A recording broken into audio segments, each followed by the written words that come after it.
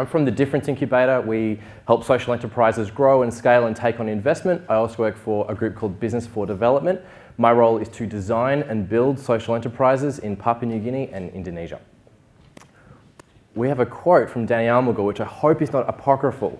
One of the things that we love to quote you on is that you said, if you're walking down the street and $100 falls out of your pocket and a homeless person picks it up, I'm not going to call you a philanthropist.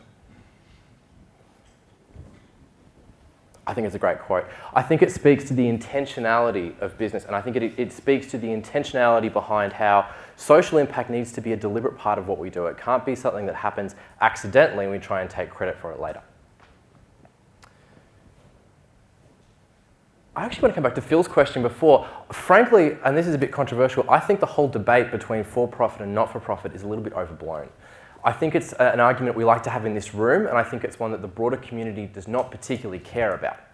The broader community does not really know what a social enterprise is. My father-in-law, who is a very traditional corporate businessy type of person, he's just my go-to picture of what business is, and he'd have no idea what we're on about when we talk about social business. I think the discussion needs to be, how do we create more examples of businesses that are doing good and making money at the same time? That's what I want to talk about today. Has anyone heard of a billionaire called Marc Andreessen? I implore you all, look him up later today. Marc Andreessen runs a venture capital firm called Andreessen Horowitz. He and his partner wrote an excellent book called The Hard Thing About Hard Things. It's one of the best books about being a CEO you will ever read. Marc Andreessen said something that I find very, very troubling. He described social enterprise as having what is called the houseboat problem. And the houseboat problem is that it's a nice idea, but it's not a very good house, and it's not a very good boat. And I so badly want to disagree with him. I so badly want to prove him wrong. And I mentioned something about this on Twitter, and I said, I really like Marc Andreessen, but I find this quote really disturbing. And he replied, and it's the giggliest I've ever been in the office about Twitter, and trying to explain this to my teammates did not resonate at all. And he said, the problem is, running a business is really, really, really hard. And running a charity is really, really, really hard. And when you try them both together, good luck. I hope for the industry that in the next few years we can start to prove him wrong through evidence. And I think the way to do this is by building businesses that are sustainable.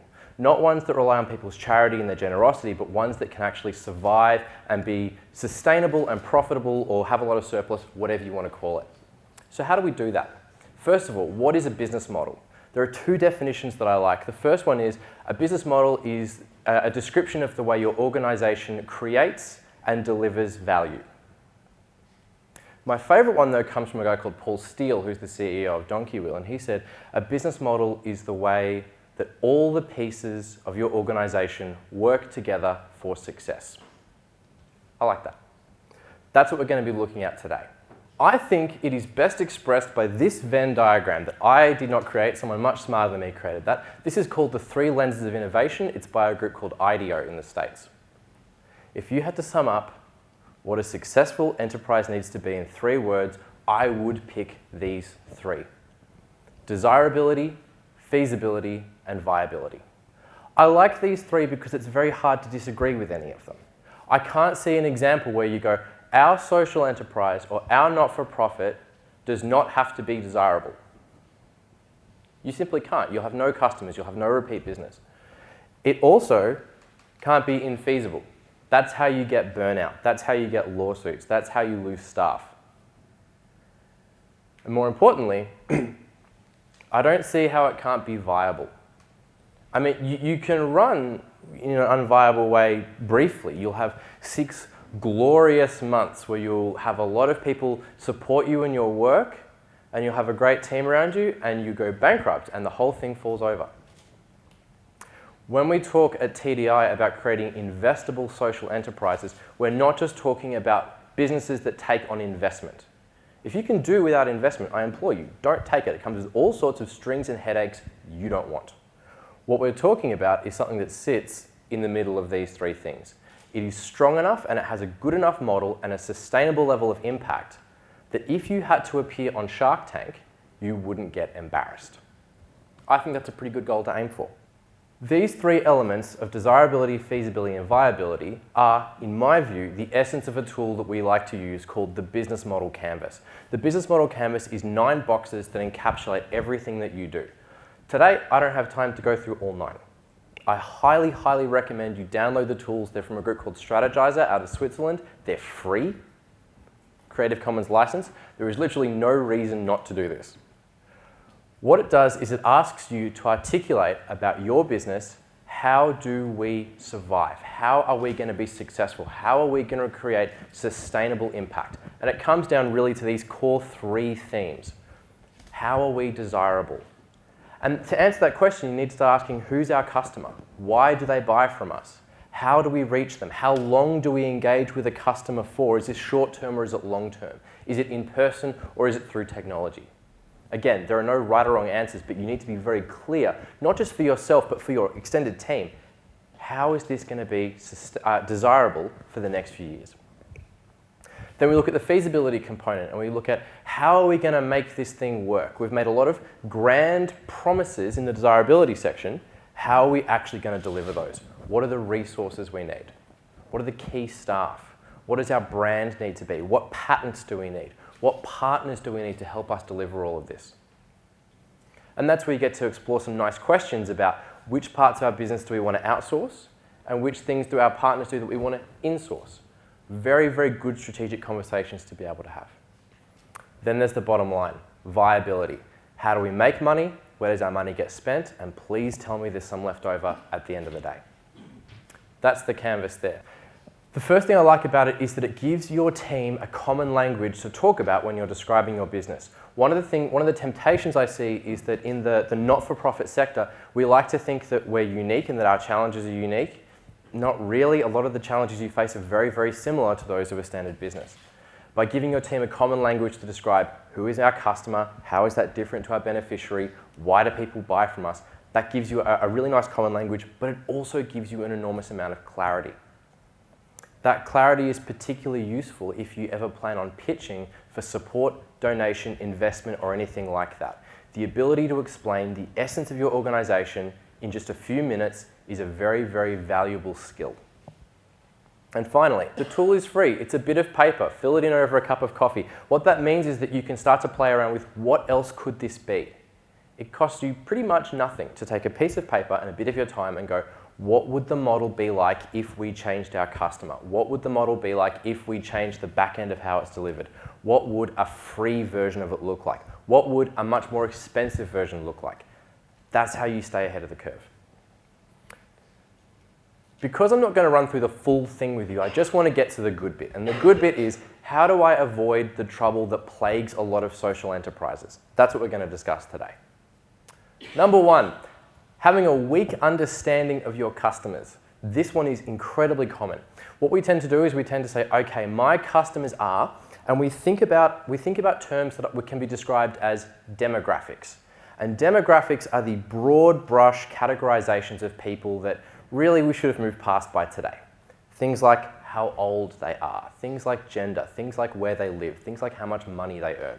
And that's useful to an extent, but what's more useful is understanding the psychographics. And psychographics are about attitudes and worldviews and beliefs. I can tell you right now, for most social enterprises, that's the more interesting definition of your customer. What does somebody need to believe in order to see value in what I'm doing? I'll give you an example. Who here buys the big issue? Okay, I'm going to put you on the spot. Why do you buy the big issue?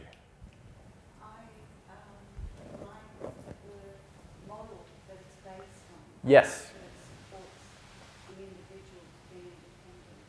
Absolutely right. Anyone else? Why do you buy the big issue? Stephen? Vendor always gets you the joke. Yes. Does anyone have a favourite vendor? I've got a few that I really like. Some I know through the community housing work that I do, but there is one guy who speaks in rhyme, and I find that hilarious. No one's saying anything about the content of the magazine? No, it would be simplistic to think that the appeal of the big issue is I was bored and needed a magazine. The fact is, with technology these days, that problem has already been solved. I think the big issue have a really clear understanding, or they need a clear understanding of, our customer is someone who holds a particular belief. And they hold a belief about homelessness, and they hold a belief about the idea of work. And we have all sorts of expressions in Australia about giving somebody a hand up and not a hand out. And that belief, I believe, is what drives the Big Issue's success. For your enterprise, you should be asking similar sort of questions. What attitudes and worldviews does somebody need in order to see this as being desirable? Next, value proposition. This is the #1 area of mistake that people make on the business model canvas. Value proposition does not describe what people buy. It describes why they buy. Great quote you'll hear in marketing. People do not buy products and services, they buy improved states of being. That sounds very, very pretentious, but I do think there is something to it. What do Louis Vuitton sell? Status. Aesthetically, Louis Vuitton sell very expensive pieces of leather, but what they really sell is status. That's what we're looking for when we talk about value propositions, to be able to cut through and see not just what people buy, but what was it that made that purchase decision for them. Who's got a keep cup? Why did you buy your keep cup? Yeah, it's pretty distressing at the end of a workshop like today to see a huge pile of paper cups going in the bin. We're all allegedly social. Why else? It's cool, they're really nice. That bit just doesn't get said enough, I don't think, about keep cup, is that everyone wants to say, I did it because it's the right thing to do. I'll tell you right now, I saw these and I wasn't really interested. Then they came out with those glass ones, I loved them. The glass one looks cool, I wanted that on my desk. It is a incredibly selfish, egotistical reason for buying a good product, but that's why I did it. And it's that kind of understanding about your customer that you need to have to understand why people buy. So in our office, we have 3 or 4 of us who all use these for 3 or 4 different reasons. Some people got given it as a gift. You know, you get known as being the social enterprise person in your social group and everyone goes, oh, you'll love that sort of thing. Other people do it for the social story. Other people like me might do it for the aesthetics. Other people do it because their local cafe gives them 50 cents off the coffee if they bring the cup with them. 3 or 4 compelling value propositions for 3 or 4 different customer segments. That's what's impressive about Keep Cup. They're not asking you to do a favor for the environment. They are making it as enticing and as appealing as possible. I think that's really clever. Number 3, playing the wrong game. One of the best questions you can ask at a governance level is, what business are we really in? Famously, Ray Kroc, one of the first CEOs of McDonald's, used to ask this question when he would speak at colleges, and he would say, what business am I in? And people would say hamburgers, and they would say fast food, and they would say convenience. And he goes, no, I am in the real estate business. McDonald's would occupy the best corner block of land because that is how their business worked. I am in the real estate business. Famously, Kerry Packer asked Mark Bouris of Wizard Home Loans the same question. He said, what business are you in, son? And Mark Bouris says, I'm in home loans, sir. And he goes, no, you're in the hopes and dreams business. I think it's a really useful question to ask. Let's have a look at these guys. I really like Thank You as a model. I really like the work that they're doing. But they started out here as Thank You Water and they dropped that part of their name, and that doesn't get enough attention. Thank You decided not to try and be, we're going to dominate the water business. What business is Thank You in? Nut bars. Nut bars. Yes, technically they are in nut bars, but they're in more than that. What business are Thank You going into at the moment? Baby. Not even on the picture. I think Thank You is an incredible branding company. I think they're an incredible storytelling company. I don't think they're limited to any one particular industry. And if you want to see a commercial counterpart, I would look at someone like Richard Branson at Virgin. Virgin is simultaneously in records, credit cards, gyms, trains in the UK, airlines, all these different things. Because what they're doing is they bring an attitude and a story, and that's something that people find very compelling. Number 4, assuming that customers will stay forever. This one really trips people up.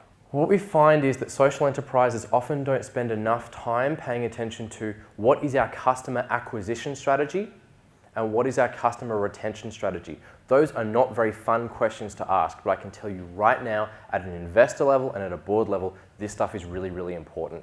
It's often quite easy to get your first 100 or 200 customers in the door because they're drawn in by your story. The question is, where do your next 1,000 customers come from?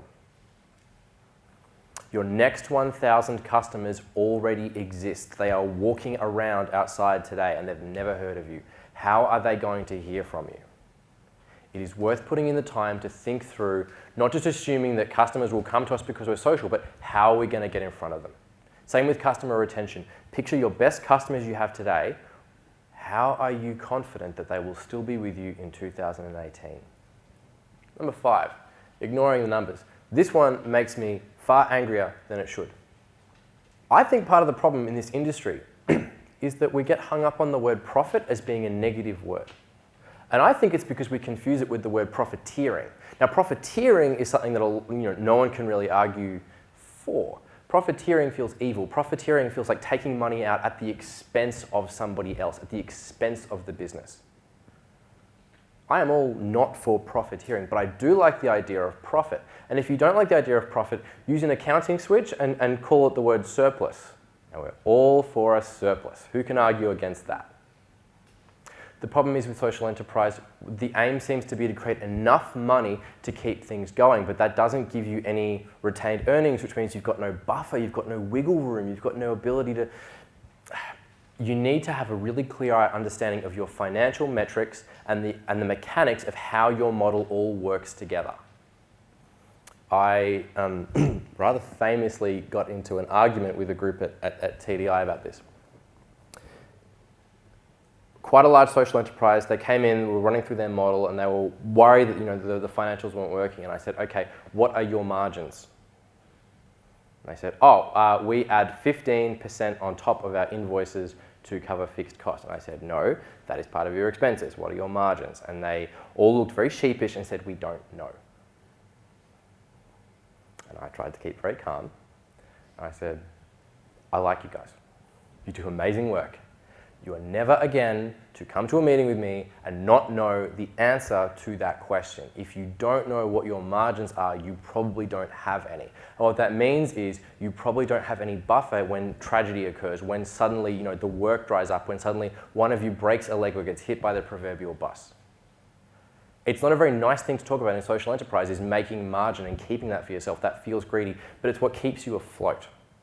You need to have a really clear understanding of how the numbers work and making sure that you have enough to cover whatever surprises may come your way. Number 6, relying on your social intent to make sales. There are probably a few thousand people in Melbourne who buy things based on their social conscience. A fair few of them are probably in this room today, so this is probably a bit of a sampling bias. I don't believe that the majority of consumers currently buy things based on the good that it does. I'm going to go back to Thank You again as an example. One of the most impressive things that Thank You did, in my view, is they made their bottled water $2.50. That doesn't get enough attention. It wasn't just that they told a good story. It wasn't just the track your impact thing they put on the sides of the bottles. It was that you are not penalised for wanting to do something good for the world. And I picture the 7-Eleven just outside the MCG. And I picture what's going to happen every footy game and every cricket game as tens of thousands of people pour out, all wanting a drink. Some of them are going to want bottled water, and a lot of them are going to go for the cheapest one without really paying attention to the story. And that work is going to fuel Thank You's growth tremendously. In fact, it already has. They're not trying to give you a guilt trip. They are not asking for a favour. They are offering something incredibly good quality. And as it happens, this is also fueling something amazing. They are not depending on your sympathy. I think another really good example of this is Who Gives a Crap. At TDI, we have a shelf of their toilet paper in our bathroom. And it all looks like this, and it's displayed very, very neatly, and people always comment, and it looks really nice. It brightens up the room. And I can't help but think that if we switched back to Sorbent or Kleenex or whoever it would be, there is no way we would display our toilet paper prominently in the bathroom. That would be absurd.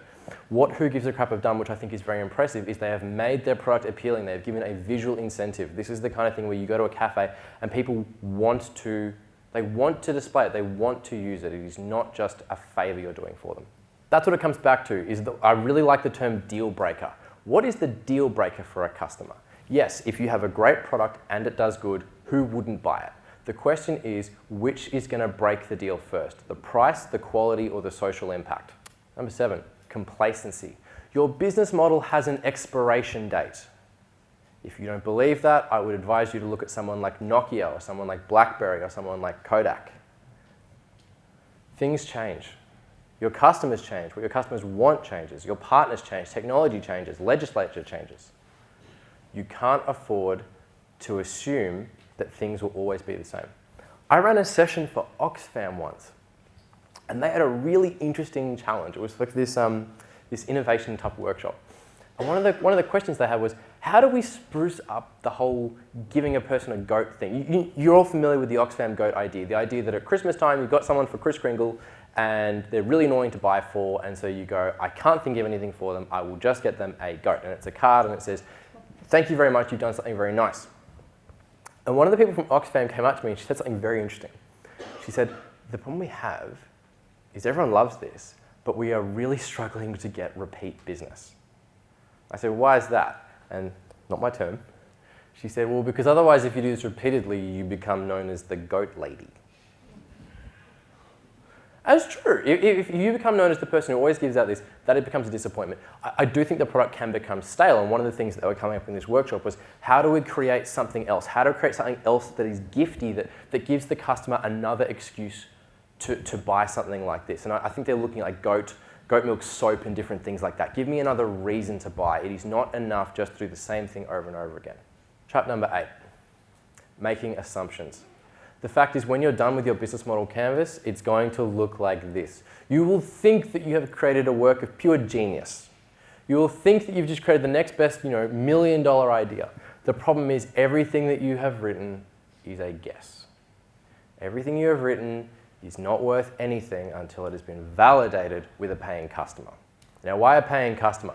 One of the things that's really useful about crowdfunding is that it gives customers a chance to anonymously vote with their wallet. So you say, I've got this nice idea for a cool social enterprise business, or my not-for-profit is going to expand into this enterprise. Okay, that's lovely. Yep, everyone's going to buy it. It's going to be amazing. Okay, cool. Don't put any money into it yet. Try crowdfunding. If you are confident that this is going to work, give people the opportunity to say, yes, I love your idea for this enterprise, $30 worth. Because if you talk to people and ask them for their input, they will all be very nice to you. And they will all tell you that you are doing a wonderful thing and they wish you all the best. And they like the idea of your product. And then you ask them to pay for it. And that is where you get truth. That is where you get people's honest opinion when you're asking them to part with their money. There are no facts in the building. You need to go out and actually talk to your customers and see what they are willing to pay for. Everything requires validation. So, what do I do now? Number 1, highly recommend today, download the Strategizer tools. They are really, really good quality. There are 2 books that they've released. One's called Business Model Generation. The other one is called Value Proposition Design. They are both excellent. 2, grab a coffee and a canvas. I cannot stress enough how much caffeine plays a role in this sort of thing. You need to be in a good state of mind. Do not do this while you're cranky. Do not do this in a large workshop at first. Start to think about how does my business work and how does it all fit together. Then talk to your team, talk to your board, talk to your co-founders. Start to get a sense of everyone's ideas. You're going to be stunned at how much miscommunication there is. And you know what? You're probably all right at the same time. This is about creating clarity. I highly recommend building a few iterations. The first version of this that you do is going to be crap. I'm sorry, but it is. That's fine. That's part of the process. Build a few different iterations. One is what it is today, but then start to look at what could this be in the future. Start to look at what would it be if? What if we had to move to an entirely digital business? What would happen if we went B2B rather than B2C? Experiment with these questions. It costs you almost nothing. Talk to your customers. Go out and talk to people. Do not spend anything on product development until you've actually checked if people want it. And as I said before, people saying they want it is one thing. People to actually financially commit to it, that's validation. And finally, be willing to explore alternatives. You do not fall in love with your first idea. Don't fall in love with your business as it is today. You need to be willing to go, what could this be in the future? How else can we do this? Too often, I think entrepreneurs and boards, they decide that we are in this particular business unit and that's where our identity comes from. But I think your identity comes from your intent. And for a lot of you, the social problems that you're looking at addressing aren't actually solved by the business unit itself, but often by the funds created and the awareness created.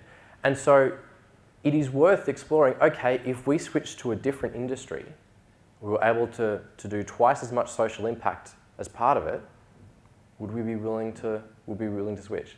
That change is uncomfortable. That change is what enables you to do much greater things in the future. Thank you.